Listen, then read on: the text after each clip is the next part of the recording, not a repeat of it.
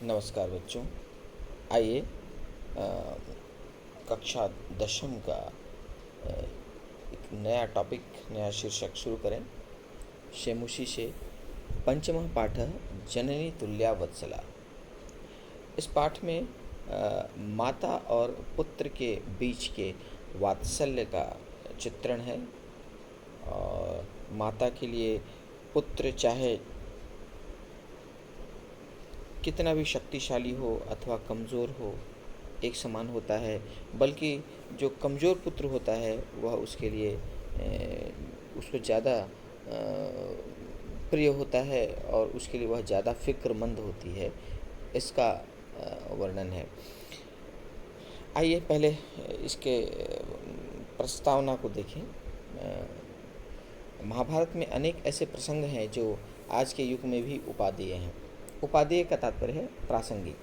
तो महाभारत वास्तव में मुख्य कथा तो है, लेकिन मुख्य कथा के साथ साथ उसमें कई ऐसे ही उपकथाएं हैं जो कि हर समय और परिस्थिति पे लागू होती हैं और कोई ना कोई संदेश देती हैं, कोई ना कोई दिशा प्रदान करती है जीवन जीने का। महाभारत के वन पर्व से ली गई यह कथा न केवल मनुष्यों अपितु सभी जंतुओं के प्रति, जीव जंतुओं के प्रति समदृष्टि पर बल देती है। तो ये जो इस पाठ में कथा उद्धृत है वो महाभारत के वन पर्व से ली गई है, जो मुख्य रूप से मनुष्य की नहीं बल्कि पशु के भावनाओं का, पशु के स्नेह का, माता पुत्र के स्नेह का इसमें चित्रण है। तो यह दिखाती है कि न केवल मनुष्यों में बल्कि पशुओं में भी उसी प्रकार की भावनाएं होती हैं, उसी प्रकार के जज्बात होते हैं, उसी प्रकार के मनोभाव होते हैं जो कि मनुष्य में होती है। तो ये वास्तव में जीव जंतुओं के प्रति समदृष्टि को दिखाती है कि न केवल मनुष्य बल्कि अन्य जीव जंतुओं के प्रति भी हमारा वैसा ही व्यवहार होना चाहिए जैसा हमारा मनुष्य के प्रति होता है, क्योंकि भावनाएं उनमें भी होती है जैसी हम में होती है। समाज में दुर्बल लोगों अथवा जीवों के प्रति माँ की ममता प्रगाढ़ होती है और वास्तव में माँ की ममता अपने दुर्बल पुत्रों और दुर्बल जीवों के प्रति अधिक होती है, क्योंकि जो सबल है वो तो संसार में अपना जीवन आसानी से यापन कर सकते हैं, परंतु जो शारीरिक या मानसिक रूप से जिनमें दुर्बलता है उनके लिए जीवन जीना इतना आसान नहीं होता है, परिस्थितियों का सामना करना इतना आसान नहीं होता है। और यही कारण है कि माँ की ममता उसके प्रति अधिक ज़्यादा प्रगाढ़ होती है। यही इस पाठ का मुख्य विषय है। तो आइए पाठ शुरू करते हैं।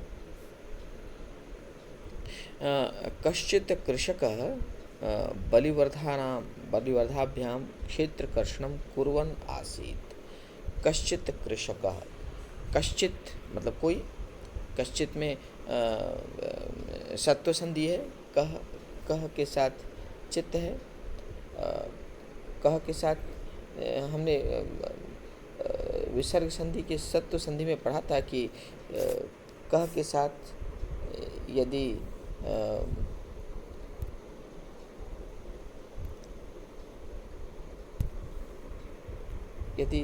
विसर्ग के बाद यदि च आता है तो विसर्ग श में बदल जाता है, तो ये श हो गया है, कश्चित हो गया है। तो कश्चित कृषकः, कृषकः मतलब किसान। यदि कृषकः पुल्लिंग का एक वचन है और कह भी पुल्लिंग का एक वचन है, तो ये दोनों में विशेषण विशेष्य का संबंध है। तो इसमें कई ऐसे स्थल हैं जहाँ पर भाषिक कार्यों से संबंधित बहुत सारे उदाहरण देखने को मिलते हैं। हम समस्त शब्दों का विस्तृत विश्लेषण करते चलेंगे। तो कृषकः विशेष्य है, पुल्लिंग का एक वचन, और कह उसका विशेषण है। कृषकः कौन सा, कृषकः कह मतलब कोई। और जब चित्त लग जाता है तो ये जो अनिश्चित वाचक सर्वनाम के लिए चित्त का प्रयोग होता है, जिसके विषय में हम श्योर नहीं होती कि वह कौन है, तो चित्त लग जाता है। तो कश्चित पुल्लिंग में, काचित स्त्रीलिंग में, तो कृषक के लिए कश्चित आया। कश्चित कृषक, कोई किसान, बलिवर्धाभ्याम, बलिवर्धाभ्याम, बलिवर्ध कहते हैं बैल को, तो बलिवर्धाभ्याम यहाँ तृतीया का द्विवचन है। क्षेत्र कर्षणम कुर्वन् आसीत्, बलिवर्धाभ्याम माने दो बैलों से, क्षेत्र कर्षणम, क्षेत्र कर्षणम, क्षेत्र का मतलब तो खेत होता है, और कर्ष धातु है, कर्ष, कर्ष का अर्थ होता है जोतना, तो उसके साथ क्षेत्र के साथ मिलकर बना है क्षेत्र कर्षणम। तो क्षेत्र कर्षणम कुर्वन् आसीत्, खेत की जुताई, कुर्वन् आसीत्। अब यहाँ पे कुर्वन्, कुर्वन् में क्री धातु है, क्री धातु के साथ, क्री धातु के साथ शत्रु प्रत्यय। आपने पिछली कक्षा में पढ़ा है कि जब शत्रु प्रत्यय लगता है तो अन हो जाता है। पुल्लिंग में शत्रु का अन हो जाता है, और स्त्रीलिंग में अंति हो जाता है, और नपुंसकलिंग में अत हो जाता है। तो यहाँ पे चूँकि पुल्लिंग है किसान, इसलिए यहाँ क्री के साथ शत्रु लगा है, क्री के साथ शत्रु लगा के लगकर बन गया कुर्वन्। तो कुर्वन् माने करते हुए, जब शत्रु लगता है तो वर्तमान कालिक प्रत्यय है, तो कार्य जब चलता रहे उसके लिए शत्रु प्रत्यय का प्रयोग होता है। तो ये कुर्वन् माने कुर्वन् आसीत् मतलब कर रहा था। तो वाक्य का अर्थ हुआ कश्चित् कृषकः, कोई किसान, बलिवर्धाभ्याम माने दो बैलों से, क्षेत्र कर्षणम कुर्वन् आसीत्, खेत की जुताई कर रहा था, खेत को जोत रहा था। तयोः बलिवर्दयोः एकः शरीरेण दुर्बलः जवेन गन्तुम् अशक्तः च आसीत्। तयोः बलिवर्दयोः, तयोः बलिवर्दयोः मतलब उन दोनों बैलों में से। यहाँ पे जब दो में से किसी एक को निर्धारण जब किया जाता है कि किससे क्या श्रेष्ठ है, तो उसके लिए सप्तमी का प्रयोग होता है। आपने ये कारक के अंतर्गत पढ़ा था। तो तयो, तस्य तयो तेषाम माने तयो मतलब उन दोनों में, बलिवर्दयो माने बैलों में, अर्थात उन दोनों बैलों में, उन दोनों बैलों में। अब ये दोनों सप्तमी का द्विवचन है, बलिवर्दयो, बलिवर्दे, बलिवर्दयो, बलिवर्देषु। तो बलिवर्दयो माने बैलों में, दो बैलों में, और तयो माने उन दोनों में, अर्थात उन दोनों बैलों में। यहाँ भी विशेष्य विशेषण है, तयो और बलिवर्दयो, तयो जैसा बलिवर्दयो वैसा ही, विशेष्य बलिवर्दयो, तयो उसका विशेषण।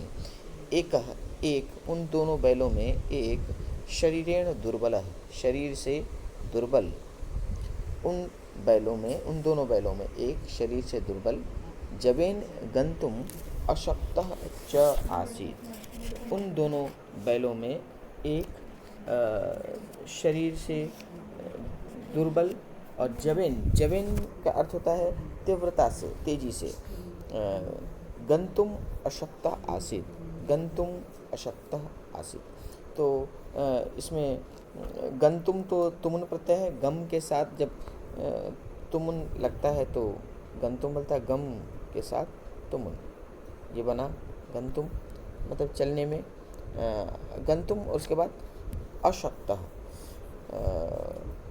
अशक्तः अर्थात ये बना है गंतुम धन अशक्तः, गंतुम अशक्तः। इसके बाद भी है अशक्तः च आसीत्, च आसीत्। अशक्तः विसर्ग के पहले त है, विसर्ग के बाद च है, तो विसर्ग के बाद जब च होता है तो सत्व संधि होता है, तो विसर्ग के लिए यहाँ पे श आ गया, तो ये बना गंतुम अशक्तः च आसीत्, गंतुम अशक्तः च आसीत, और च के साथ आसीत मिलके चासित, यहाँ तक दीर्घ स्वर संधि हो गया। तो ये आप समझ सकते हैं, गम के साथ तुमुन, यहाँ पे तुमुन का प्रयोग है, गंतुम हो गया। गंतुम के साथ अशक्तः मिलकर गंतुम मशक्तः हो गया, कि संयोग है, क्योंकि म के साथ जब स्वर मिलता है तो म पूरा हो जाता है, तो यहाँ पे संयोग हुआ, गंतुम मशक्तः। मशक्तः के साथ च मिला, तो चूँकि विसर्ग के बाद च मिलता है तो विसर्ग का श हो जाता है सत्व संधि में, इसलिए गंतुम मशक्तः च, उसके बाद आसित मिलके चासित। तो उन दोनों बैलों में एक शरीर से दुर्बल और तेजी से जवेन माने तेजी से गंतुम चलने में अशक्त आसित असमर्थ था। उन दोनों में से एक बैल शरीर से दुर्बल और तेजी से चलने में अक्षम था, असमर्थ था। अतः कृषकः तं दुर्बलं वृषभं तोदनेन नुद्यमानः अवर्तत। अतः कृषकः, इसलिए किसान, तम दुर्बलम वृषभम, यहाँ पे विशेष विशेषण है। वृषभम विशेष्य है, माने बैल को, अब वो बैल कैसा बैल, दुर्बल है, तो बैल की विशेषता है कि दुर्बल है, तो ये वृषभम विशेष्य हो गया, और दुर्बलम उसका विशेषण, और तम भी उसका विशेषण। बैल को, कैसे बैल को, दुर्बल बैल को, और कौन से बैल को, उस बैल को, अर्थात इसलिए किसान ने उस दुर्बल बैल को तोदनेन, तोदनेन अर्थात ज़बरदस्ती, मतलब जब कार्य को कष्ट देकर जब कराया जाता है, करने को प्रेरित किया जाता है, तो वो होता है तोदनेन। तोदनेन मतलब कि ज़बरदस्ती से, कष्ट देकर। नुद्यमाना, नुद्यमाना मतलब ढकेलना। नुद्यमाना यहाँ पे शत्र प्रत्यय है, नुद्य के साथ शानच है, शानच जुड़ के नुद्यमाना हो गया। तो ढकेलते हुए अर्थात हाँकते हुए, अवर्तत मतलब लग गया, अर्थात हाँकने लगा। इसलिए किसान उस दुर्बल बैल को कष्ट देकर, तोदनेन कष्ट देकर हाँकने लगा। नुद्यमाना अवर्तत मतलब हाँकने लगा, नुद्य के साथ शनच, अवर्तत माने हो गया। स वृषभ हलम उड्वा गंतुम अशक्तः क्षेत्रे पपात। सह ऋषभ, वह ऋषभ, ऋषभ माने बैल, हलम उड्वा, उड़ है, वह का अर्थ होता है वहन करना, उठाना। तो ये उड वास्तव में वह है, तो वह के साथ जब त्वा प्रत्यय मिलता है, वह के साथ त्वा, तब बना है उड्वा। तो वह के साथ त्वा मिलकर उड्वा हो जाता है, तो इसका अर्थ हुआ वहन करने में, उठाने में। तो वह ऋषभ, वह बैल हल को उठाने में, उठाकर हल को उठाकर उठवा, गंतुम चलने में, अशक्त चलने में असमर्थ होकर, अशक्त माने असमर्थ, क्षेत्रे माने खेत में, पपात, पपात माने गिर गया। वह बैल हल को उठाकर चलने में असमर्थ हो खेत में गिर गया। तो क्रुद्ध कृषि वाला, क्रोधित किसान, कृषि वाला का अर्थ होता है किसान। क्रोधित किसान तम उत्थापयितुम, तम उत्थापयितुम, उत्थाप ये बना है उत के साथ स्था और तुमुन, स्था धातु, इसके साथ तुमुन प्रत्यय और सामने उत लग कर बना है उत्थापितुम। उत्थापितुम मतलब उठाने में, उठाने में, बहुवारम माने कई बार, यत्नम अकरोध प्रयास किया। क्रोधित किसान ने क्रुद्ध कृषि वाला, दोनों के बीच में विशेष विशेषण संबंध है। कृषि वाला माने किसान, कैसा किसान? क्रोधित किसान। तो क्रोधित किसान ने तम उसे उत्थापयितुम उठाने के लिए बहुवारम यत्नम अकरोत्, बहुत बार प्रयत्न किया। तथापि वृषः नोत्थितः, तथापि माने फिर भी, तथा के साथ अपि दीर्घ स्वर संधि, तथापि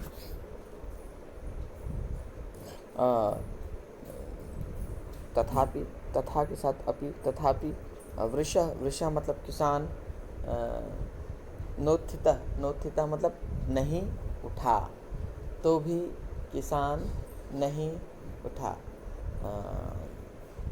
न के साथ उत्थितः, अ के साथ उ मिलके ओ हो जाता है ये गुण स्वर संधि में, तो फिर भी किसान नहीं उठा।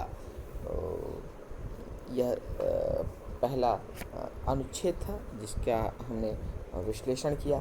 तो मुझे आशा है कि प्रथम अनुच्छेद आपको भली भांति समझ में आ गया होगा।